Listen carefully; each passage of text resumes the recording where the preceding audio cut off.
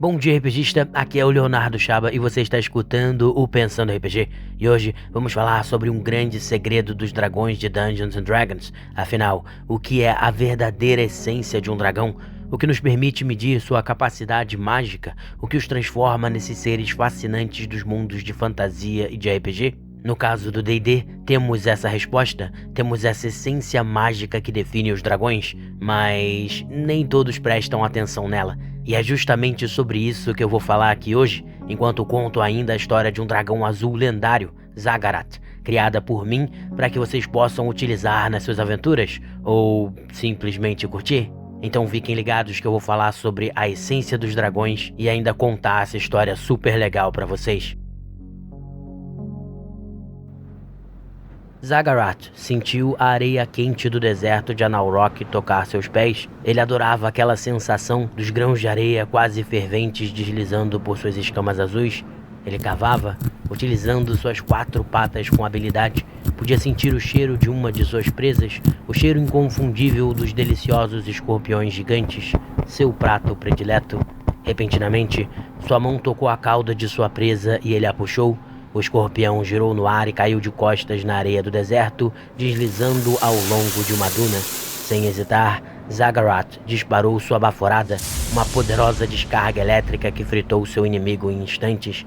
Ele sorriu, sentindo o poder dracônico fluir por suas veias. Ele era poderoso, imortal, imparável. Aquele era o seu pedaço do deserto. Foi quando sentiu algo cobrir-lhe o corpo, uma rede com pedaços de metal. Ele tentou se soltar, mas não conseguiu. Usou toda a força que tinha, mas não conseguiu.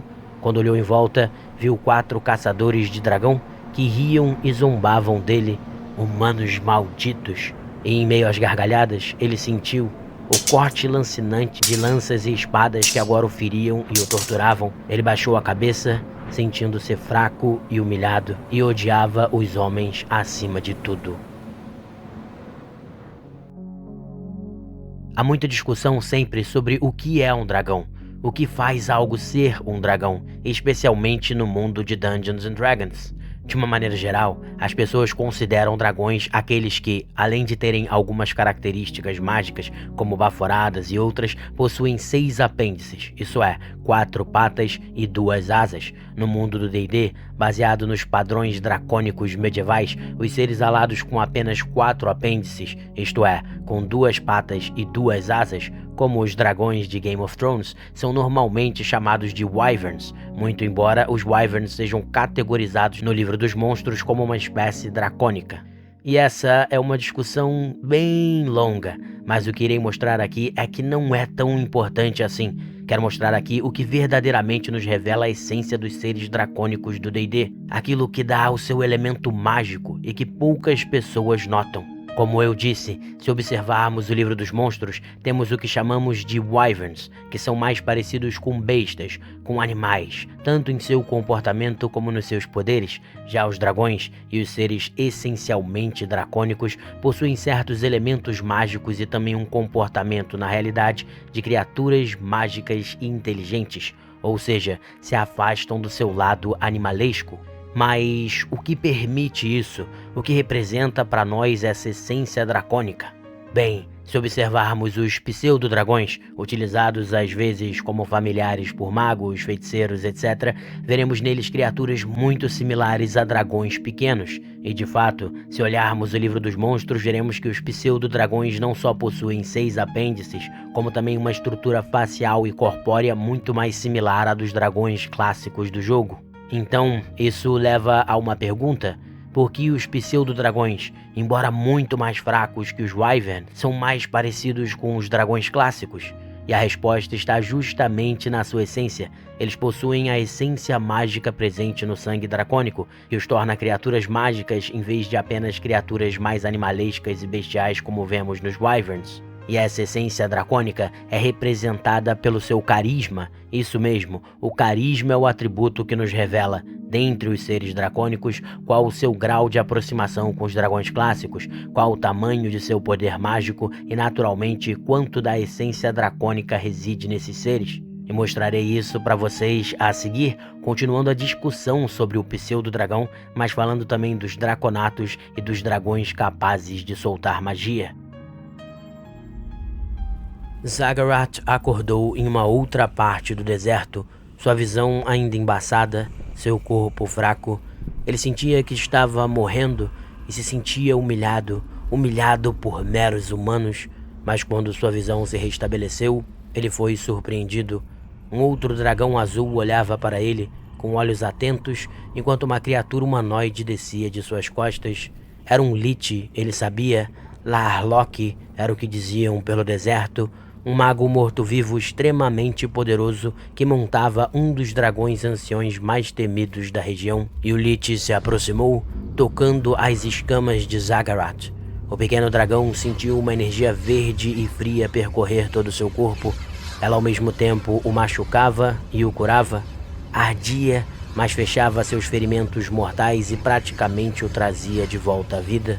Zagharat se levantou, sentindo o poder mágico do Lich tomar todo o seu ser, sentindo a magia dracônica dentro de si expandida e revigorada.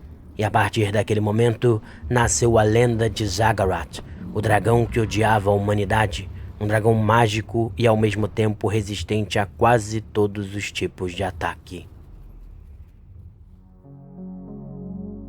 Se vocês olharem no livro dos monstros, verão algo interessante na diferença entre os pseudos-dragões e os wyverns. Como eu bem disse, os wyverns são mais próximos de seres bestiais, animais e não mágicos. Isso se reflete justamente no seu carisma. Eles possuem um modificador de -2, ou seja, se afastam da sua herança dracônica. Já os pseudo-dragões possuem 0, ou seja, não se afastaram ainda de sua descendência dracônica, possuindo um aspecto físico mais próximo deles, além de um aspecto mágico também. E o mesmo vale para os meio-dragões, filhos de dragões com humanos que possuem características físicas similares à dos dragões, assim como a capacidade de ter uma baforada mágica dracônica. No entanto, fora isso, eles não possuem muita magia de um modo geral e nem a capacidade de se reproduzir, o que é refletido por uma ficha básica de monstro com carisma também 0. Já os draconatos, que não são filhos de dragões, mas possuem a herança dracônica no seu sangue, têm uma capacidade mágica maior, e embora possam ter carisma negativo, já que jogadores podem utilizá-los, o bônus racial inclui um bônus de +1 em carisma, que justamente representa o sangue dracônico em suas veias. O sangue, inclusive, os faz ter um caminho como feiticeiros só deles, que é gerado pela natureza mágica do seu sangue, uma natureza que, claro, é representada pelo seu carisma.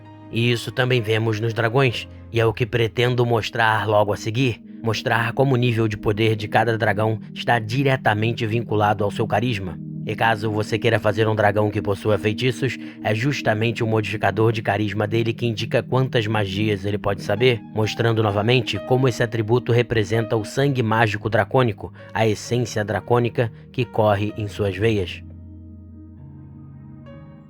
Zagharat andava por seu covil, olhando para suas belíssimas paredes de cristal, todas construídas meticulosamente com sua baforada de raios, que era capaz de transformar a areia em vidro.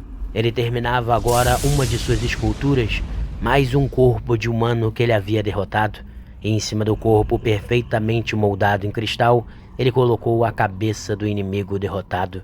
E seu covil era cheio dessas estátuas, dos inimigos e especialmente dos homens que ele derrotava, coletando suas cabeças como prêmio. Era uma visão macabra que se espalhava por cada canto de seu lar.